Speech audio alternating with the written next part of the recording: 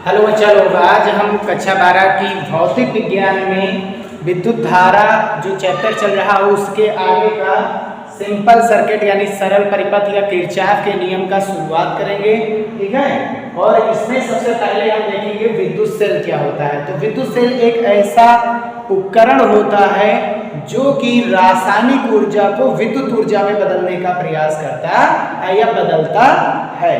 तो ये एक ऐसी युक्ति होती है, उपकरण होता है जो रासायनिक ऊर्जा, सेल के भीतर जो ऊर्जा होती है उसे रासायनिक ऊर्जा कहते हैं, सेल की रासायनिक ऊर्जा।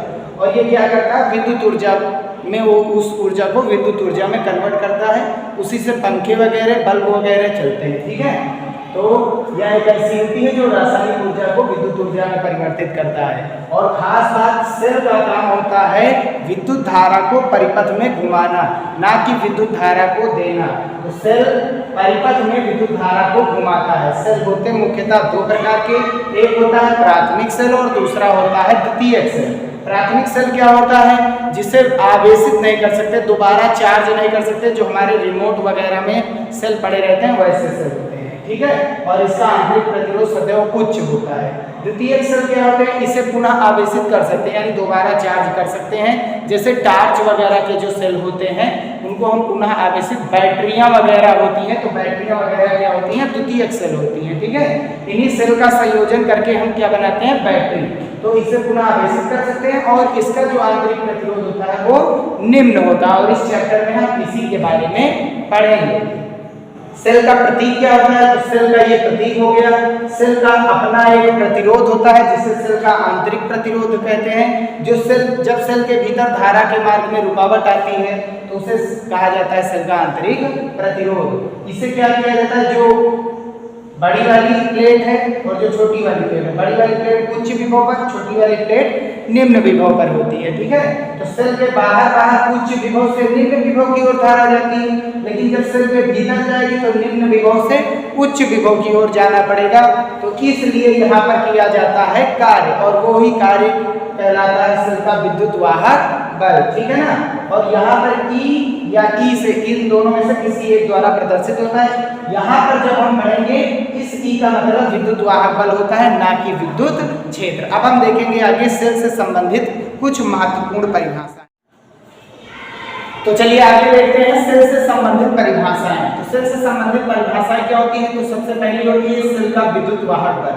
तो होता क्या है कि जो एक कूलाम आवेश को सेल सहित संपूर्ण परिपथ में, यानी जब सेल को हमने एक परिपथ से जोड़ दिया, एक बल्ब से जोड़ दिया जिसका प्रतिरोध R है, तो यहाँ पर अगर सेल 10 वोल्ट का होगा तो 8 वोल्ट यहाँ पर इस प्रतिरोध पर खर्च होगा और 2 वोल्ट ये बचा करके रखा अपनी आंतरिक प्रतिरोध में खर्च करने के लिए।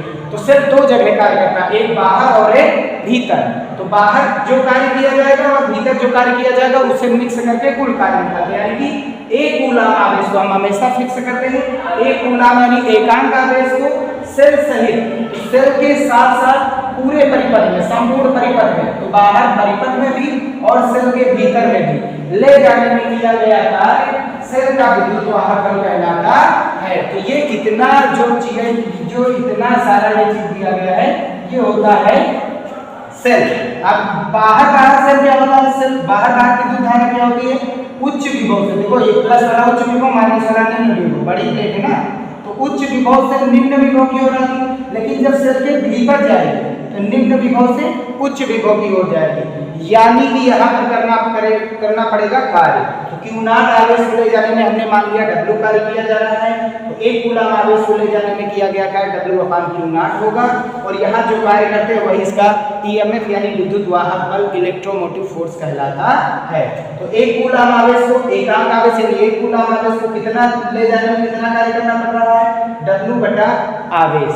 तो W/आवेश एक कूलाम आवेश को ले जाने में किया गया कार्य, और यही क्या कहलाता है, विद्युत वाहक बल। तो E बराबर W/Q0 हम कह सकते हैं। एक खास बात याद रखना, अगर सेल 10 वोल्ट का है तो 8 वोल्ट यहाँ खर्च होगा, 2 वोल्ट यहाँ पर खर्च करेगा।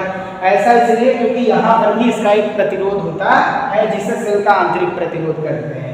ठीक है, अब इसका प्रतीक क्या होता है, E या फिर E, दोनों में से कोई एक। मात्रा क्या होता है, कार्य का जूल, आवेश का कूलाम, जूल प्रति कूलाम या इसी को कहा जाता है वोल्ट। जितनी सारी चीजें हमने विभव और विभवांतर की पढ़ी है वही से यहीं पर करना है। बस ये चीज याद रखना। लीनियर सूत्र क्या होता है, कार्य का ml2 - 2 होता है और आप इसका AB तो पूरा आ जाएगा ml2t - 3 A इनवर्स। अब राशि कौन सी होती है, ये अदिश राशि होती है, ठीक है ना।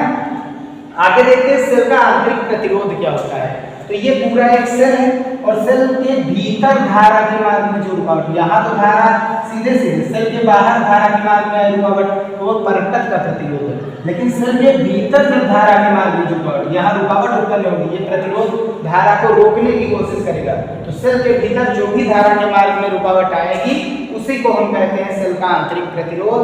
और हमने बताया था ई दो जगह खर्च होता है, ई दो जगह, ऊपर I × R, ई बराबर होता है ना विभव बराबर है विभवांतर बराबर धारा गुणा प्रतिरोध। तो धारा ऊपर कितनी धारा जा रही है, इसमें I और प्रतिरोध कितना R, तो IR यहाँ पर हो गए हैं और यहाँ पर कितना जा रहा है, I धारा जा रही है और प्रतिरोध इसका कितना है R, तो IR + IR। ये IR होता है टर्मिनल विभवांतर या विभवांतर, टर्मिनल वोल्टता या टर्मिनल विभवांतर, ठीक है ना।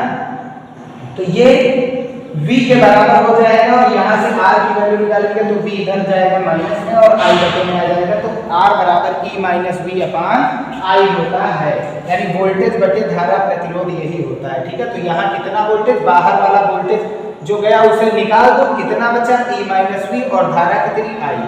अब यहाँ से प्रतीक क्या होता है आंतरिक प्रतिरोध का R और मात्रक क्या होता है इसका, हमेशा ओम होता है, ठीक है। तो आगे बढ़ते हैं हम।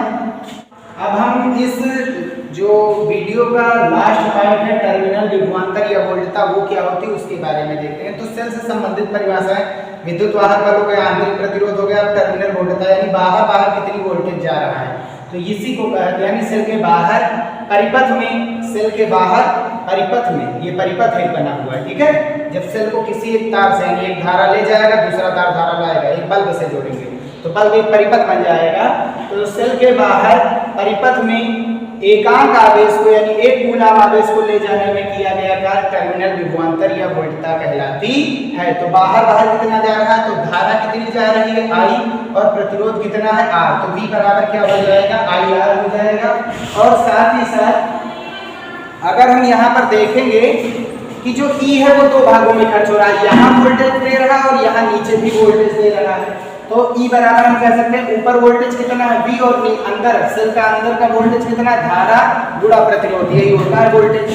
तो यहाँ से V की वैल्यू निकालेंगे तो IR इधर आएगा तो माइनस में हो जाएगा, यानी V बराबर E - IR। और यहाँ पर इसका मात्रक भी, तो यहाँ पर टर्मिनल विभवांतर या वोल्टता का मात्रक भी वोल्ट होता है, ठीक है। तो यहाँ पर ये वीडियो समाप्त होता है। वीडियो पसंद आया तो उसे लाइक जरूर कीजिएगा। मिलते हैं अपने नेक्स्ट वीडियो में।